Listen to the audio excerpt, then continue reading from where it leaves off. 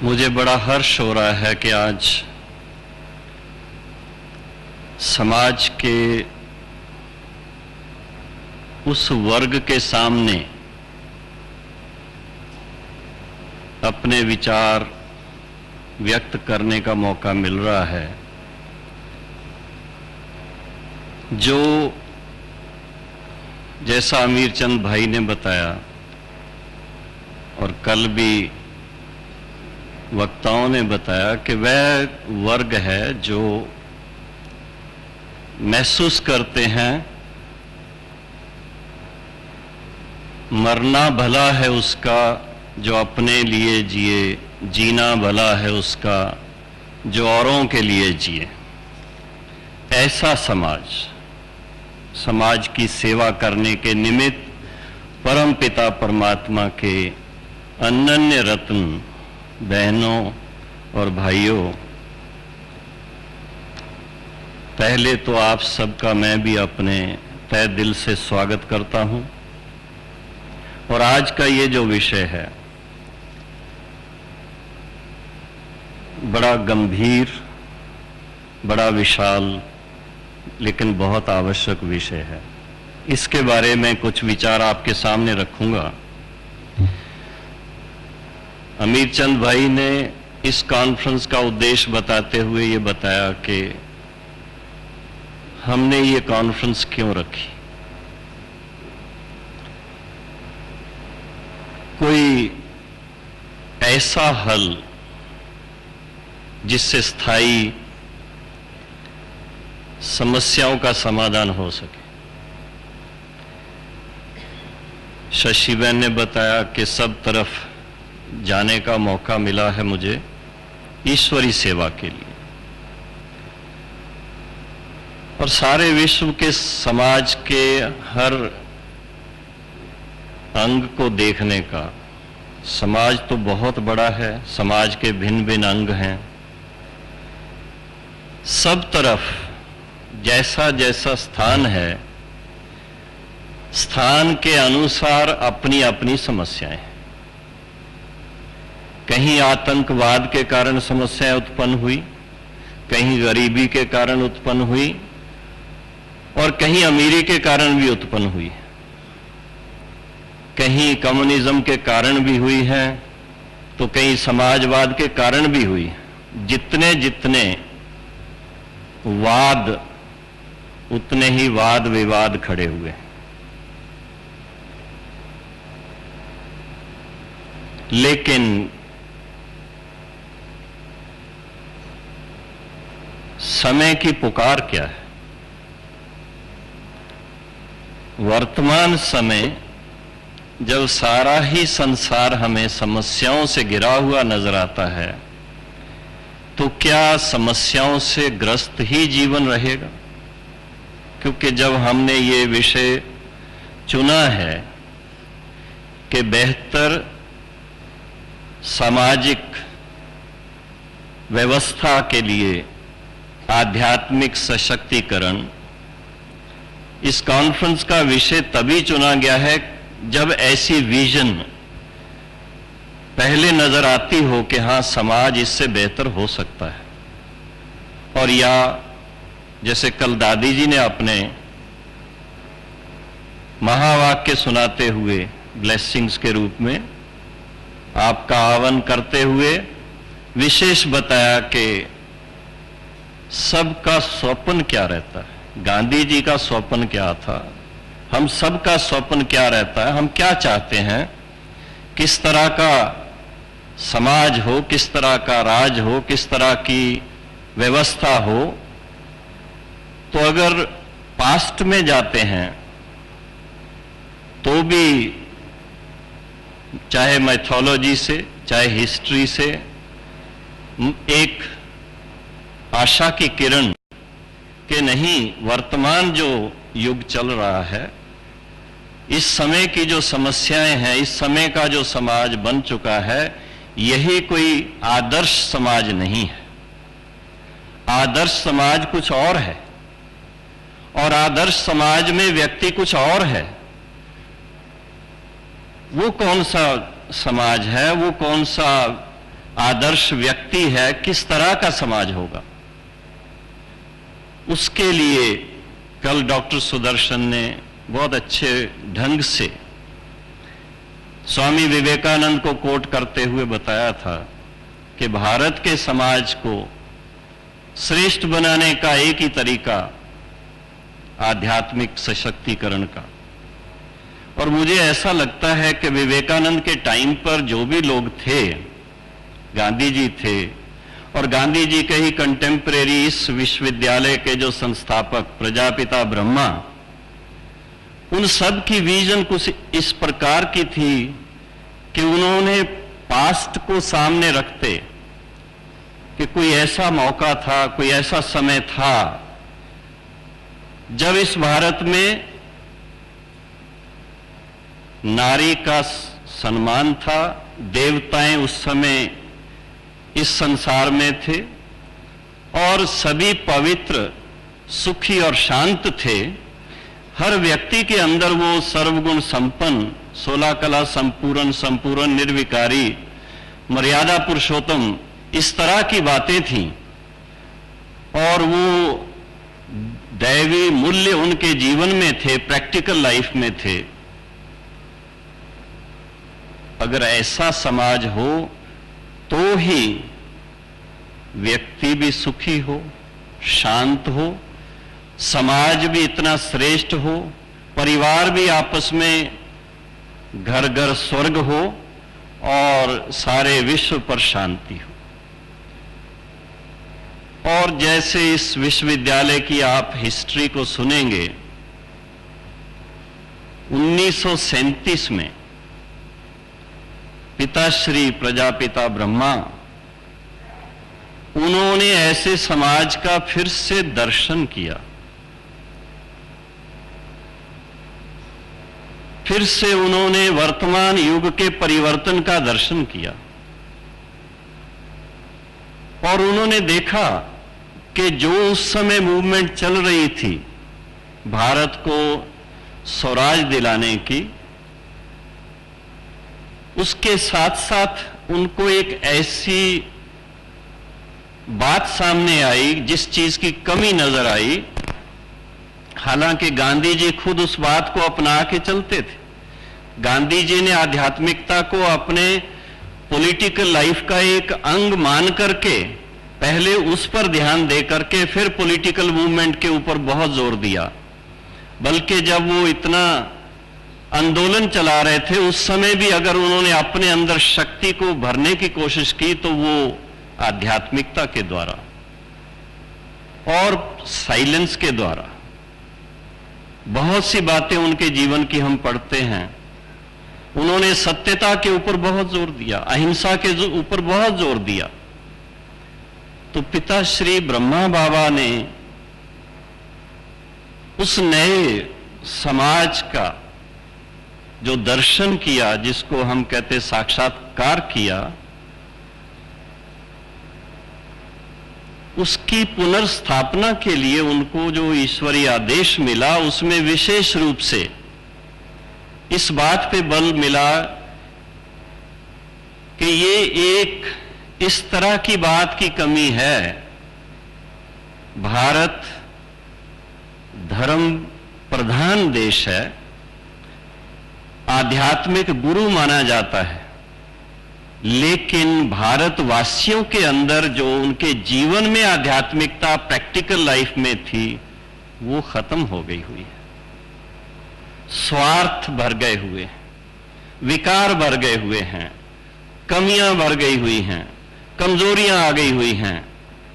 और जब तक एक एक व्यक्ति के जीवन से इन कमजोरियों का उन्मूलन नहीं हुआ, जब तक पुनः उसके अंदर वो आध्यात्मिक सशक्तिकरण नहीं हुआ, तब तक ये समाज के अंदर जो कुरीतियां हैं, बुराइयां हैं और जो कमियां हैं वो दूर नहीं होंगी, क्योंकि आंतरिक संतोष नहीं होगा तो लालच के वश मनुष्य क्या नहीं करता है।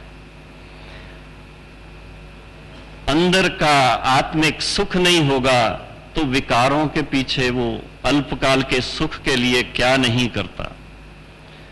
और अपने आत्म स्वरूप का उसको अगर बोध नहीं होगा तो वो अहम के भाव में आकर क्या नहीं करता। आज सारे समाज में हर व्यक्ति के जीवन को अगर अच्छी तरह से उसका एक प्रकार से एनालाइज करके देखें, जो उसका अपना स्वधर्म है, शांति, प्रेम, पवित्रता, उसके अनुकूल जीना चाहता है, लेकिन कितना समय जीता है।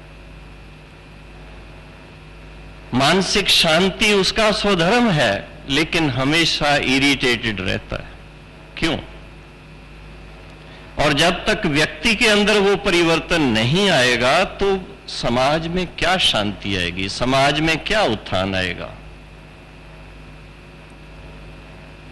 इसलिए ब्रह्मा बाबा को ईश्वरीय आदेश मिला, अब आप अपना तन, मन, धन, समय, संकल्प सब इस दिशा में लगाओ कि नए समाज का फिर से सृजन हो। वैसे भी शास्त्रों के अनुसार ब्रह्मा है ही नई सृष्टि की स्थापना के निमित्त, लेकिन नई सृष्टि के स्थापना का भी कोई समय आता है। दादी जी ने कल इशारे में बताया था कि हर बात की सीजन होती है। हम सभी जानते हैं भारतवासी कि 4 युगों को मानते हैं, सतयुग, त्रेता, द्वापर, कलयुग। किस आधार से ये नाम पड़े? जब समाज के अंदर सात्विकता थी वो सतयुग था, थोड़ी कमी आई तो वो त्रेता बना, जब द्वैत शुरू हो गई तो द्वापर बन गया, और इस समय कौन सा युग चल रहा है सभी जानते हैं। और कलयुग का भी ये घोर कलयुग माना जाता है, और इसके विनाश के लिए बहुत तैयारियां हो चुकी हुई हैं। आज से 5000 वर्ष पहले जिस तरह से तैयारियां थी वो फिर से हो गई हुई हैं। और कलयुग के बाद कौन सा युग आएगा?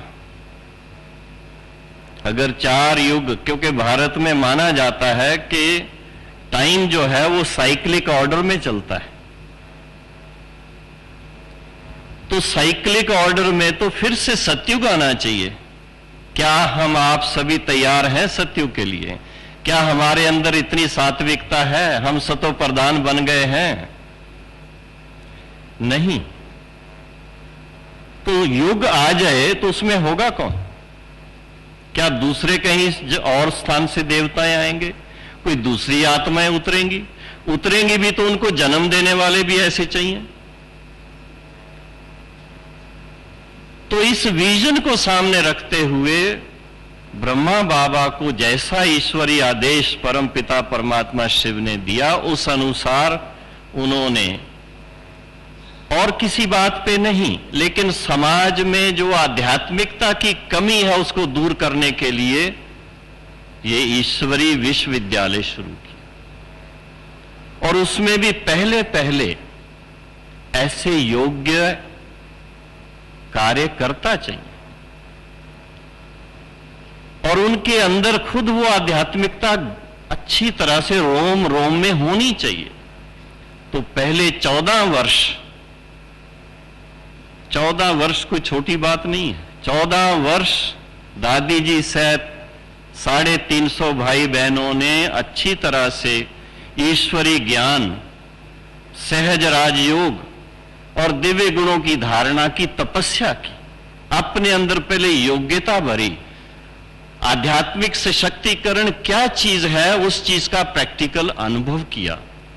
क्योंकि जब हम आध्यात्मिक सशक्तिकरण की बात करते हैं तो उसमें सबसे पहली बात है कि जो हमारे अंदर कमजोरियां हैं, जो हमारे अंदर कमियां हैं, जो हमारे अंदर विकार हैं, जो हमारे पुराने संस्कार हैं, पहले उनका उन्मूलन होना चाहिए।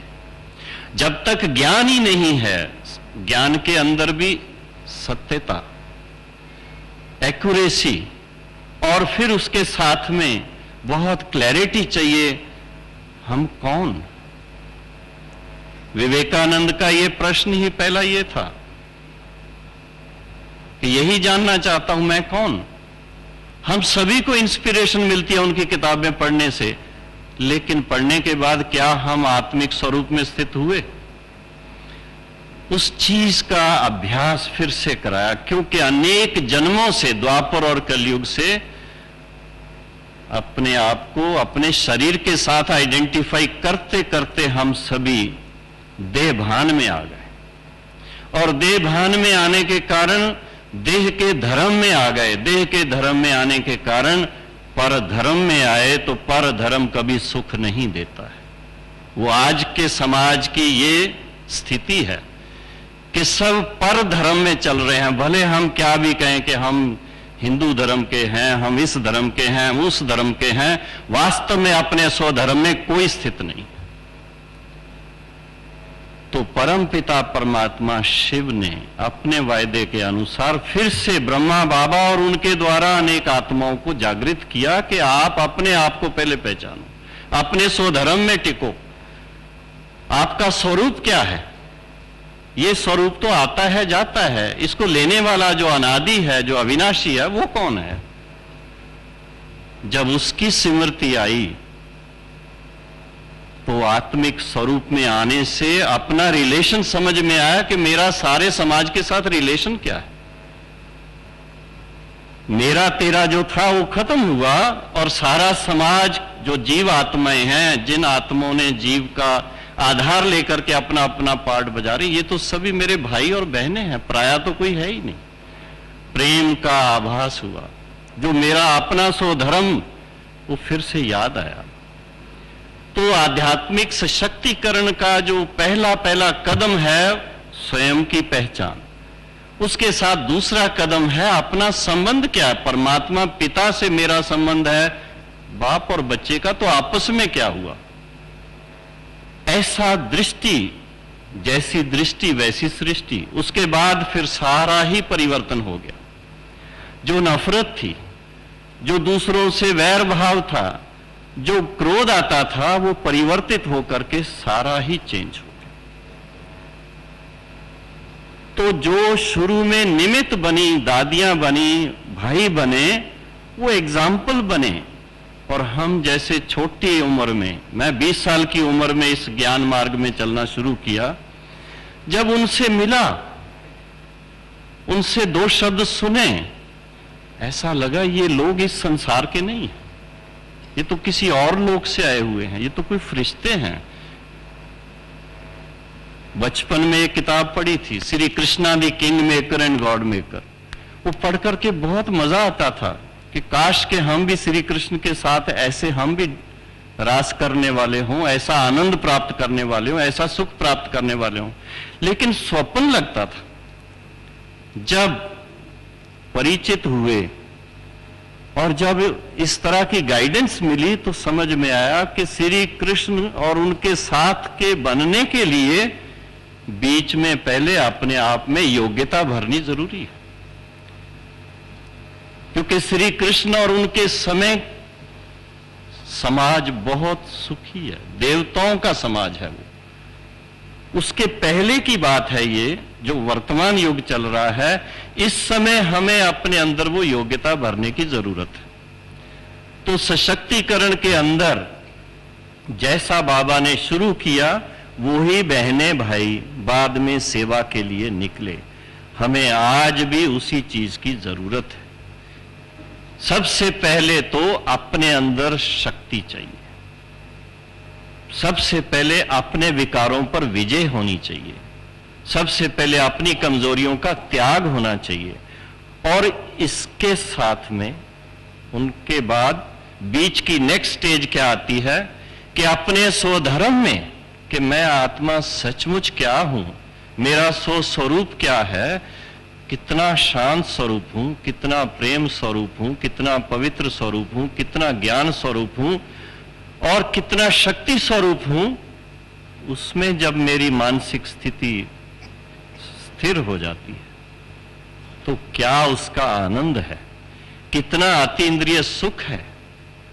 जब ऐसी स्थिति अपनी बन जाती है, जिसको हम कहते हैं कि पॉजिटिव पर्सनैलिटी डेवलप हो जाती है। अभी मिक्स चल रही है, कुछ पॉजिटिव है, कुछ नेगेटिव है। जब पॉजिटिव पर्सनैलिटी डेवलप हो जाती है और आत्मिक सुख अंदर भासता है, तो दिल में क्या आएगा? It is a human nature.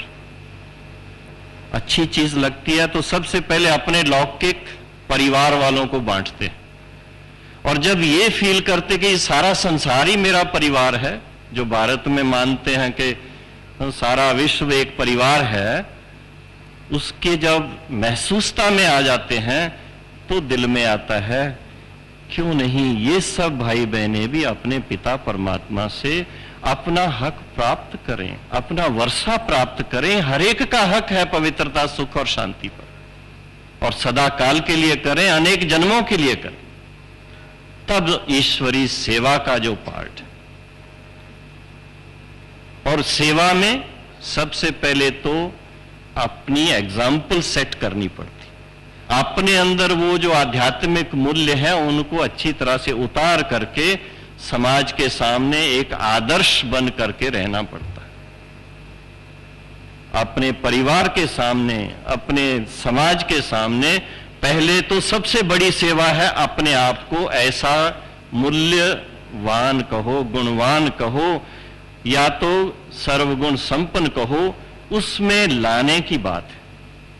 और ये बड़ी मेहनत की बात है, ये सहज बात नहीं है, ये मैं बता देता हूं। बड़ी सूक्ष्म बात है। अपने संकल्पों के ऊपर, अपनी वृत्ति के ऊपर, अपनी दृष्टि के ऊपर बहुत सेल्फ कंट्रोल चाहिए, बहुत अपने अंदर डिसिप्लिन चाहिए। लेकिन मुश्किल हल हो जाती है जब परमात्मा पिता कहते हैं कि ये समय है जब मैं आप बच्चों को अपना संग देता हूं।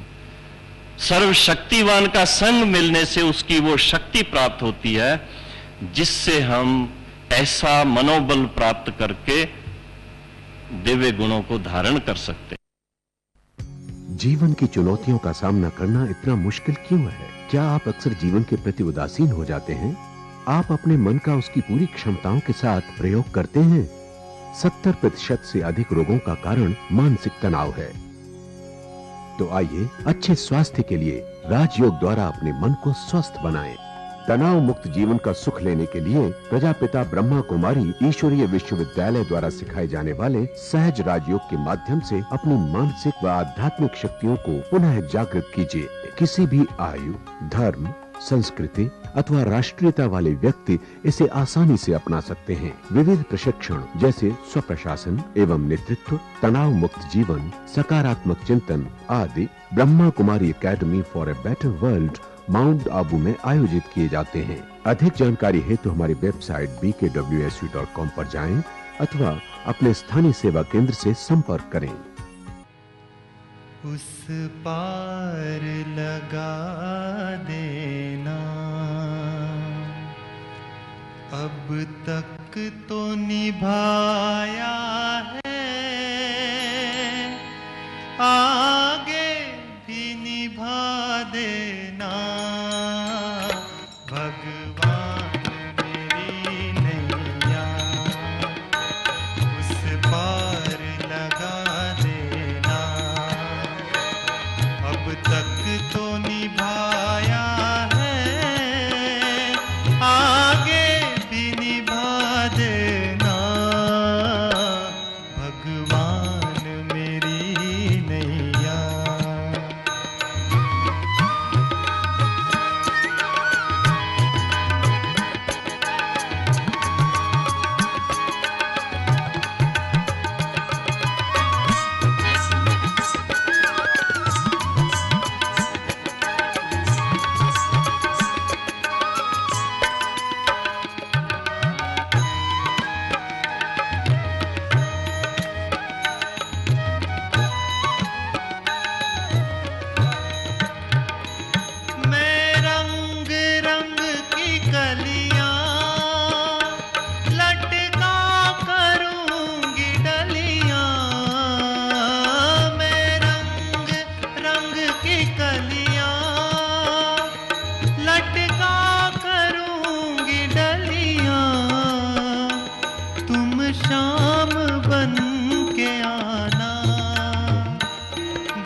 गोदी में उठा लेना। भगवान मेरी नैया उस पार लगा देना। अब तक तो निभाया है, आगे भी निभा देना। भगवान मेरी नैया।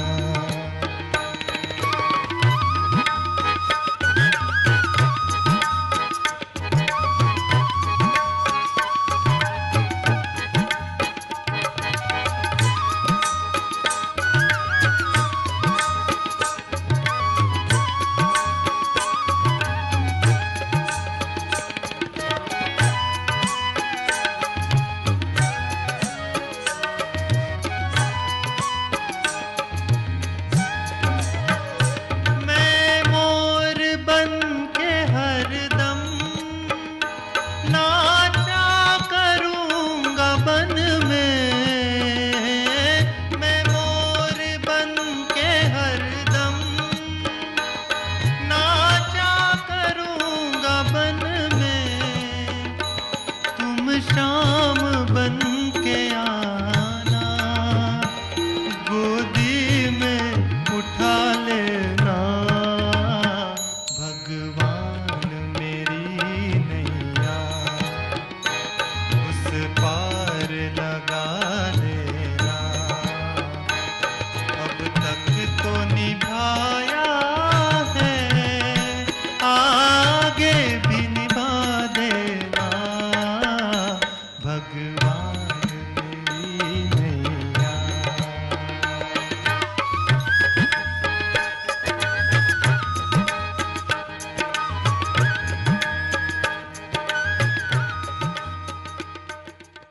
ओम शांति ओम शांति। बड़ा है सुख कर ये मंत्र मन हर।